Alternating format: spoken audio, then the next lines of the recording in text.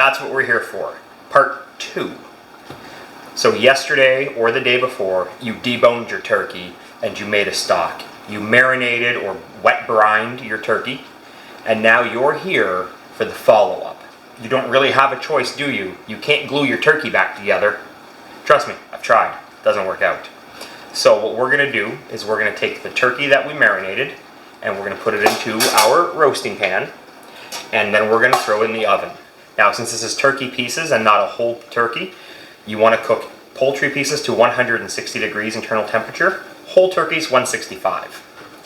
I can't find my thermometer, so I'm going to use this.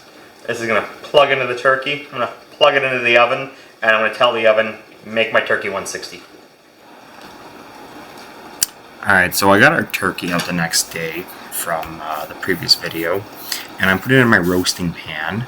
Now, I just did the 2 breasts, because I'm like, oh, these 2 breasts, they're way, way bigger.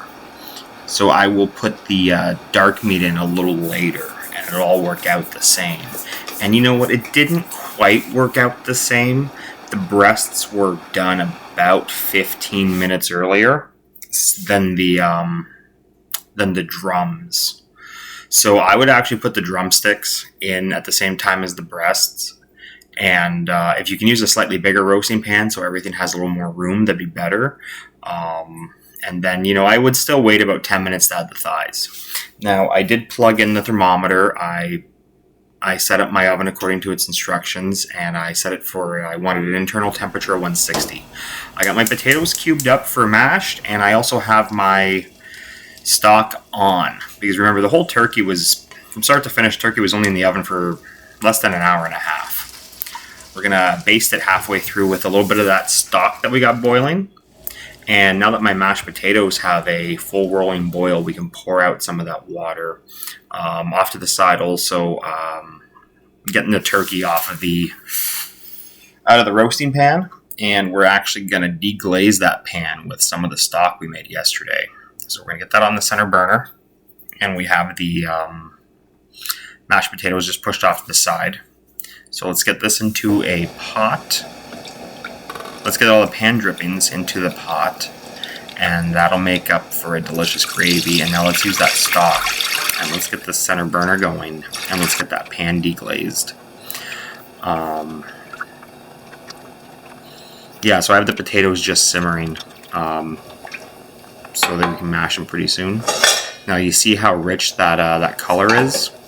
Now we're going to run that through a strainer, because there's going to be lots of little bits here of like skin that was stuck to the roasting pan, even though you did have the rack in there, that you don't necessarily want in your finished gravy. So that's what we're going to do, is strain this out into our pot.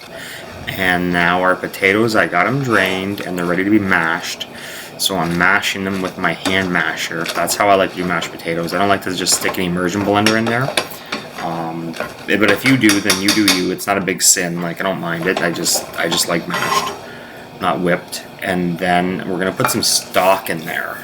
Instead of like reserving some of the potato water, like not draining it out all the way, I like to drain it all the way when I'm gonna use stock, and then use the turkey stock here and just give it a couple good presses with that masher. And you, if you've been following the channel for a while, you know that after I mash, I like to take out my ricer and run my potatoes through that. So I believe the next step on this video, I am narrating it about a week later than after I shot it. And yes, I did watch it before, but it's not necessarily the freshest thing in my mind. So yeah, we take the ricer out and we press it through the ricer, which is kind of like a giant garlic press. And that'll give you extremely silky potatoes. The next step, silkier than this, would be to use a tammy and to force it through that. I don't have a tammy, so I can't really show you what I'm talking about. But if you have a tammy, why don't you comment down in the section below. Let us know how your potatoes turn out. And if you're interested in knowing what a tammy is, I guess it's kind of like a strainer. Like, you would see somebody use it to like maybe shake out like flour or something, but you force your potatoes through it. So a little bit in the corner I didn't get, so I'm just putting it back in, and I lost a little chunk there to the for the stovetop. So yeah, if you've got any other holiday tips or tricks for mashed potatoes, again, why don't you just hop down in the comment section and let everybody know so we can all enjoy delicious mashed potatoes. Maybe you have an idea that I haven't come up with yet. So after we get we're going to get to a little seasoning montage coming up where I'm going to throw all kinds of stuff in here, starting with some butter and some 35% cream and a little onion powder and garlic powder and salt and pepper. And we're going to mix that up. We're going to move along from here to the gravy. We're just going to put some raw flour in it. I didn't bother with a roux because you don't always have to. Sometimes you'll see me do stuff like the superfine chef way, and sometimes you'll see me do stuff the home way, because everybody's at different skill levels, and also things take different amounts of time. So if you just put your flour in, just keep whisking it. I think I needed 1.5, so that's a 1/4 cup, measuring cup. I started with a full one, and then that was just a drop of another half. And just keep going at it till you lose all your lumps get whisked out. They will eventually, for the most part, whisk out. And if you get like 90% of the way there and there's just some that won't whisk out, just run it through a strainer, it'll be fine. Then you want to mount it with a little bit of butter. That's the technical term, mount a beurre. You add butter after, and then you put some salt in there, and that is our finished product. Alright, so before I taste this, I just want to comment on, you might be wondering why so little mashed potatoes, so much turkey, so much gravy. I'm going to turn it into soup after, because I need to bring a soup to a potluck tonight. So I'm going to take most of the dark meat, one of the breasts, that gravy, and I'm going to make soup out of it with some vegetables. I'm going to use the other breast, I'm going to freeze it and put it away, so that way if we need a quick dinner, we got one in the freezer, should last a couple months after vacuum seal.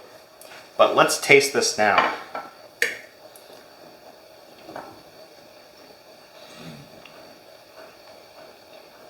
Not dry at all. Plenty of moisture, and you get a lot of added flavor from that baste with the stock.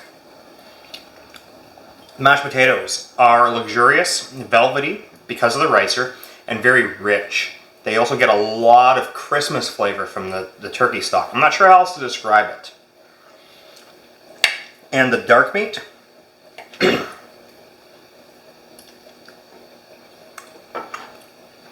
oh yeah, that is super rich and tender.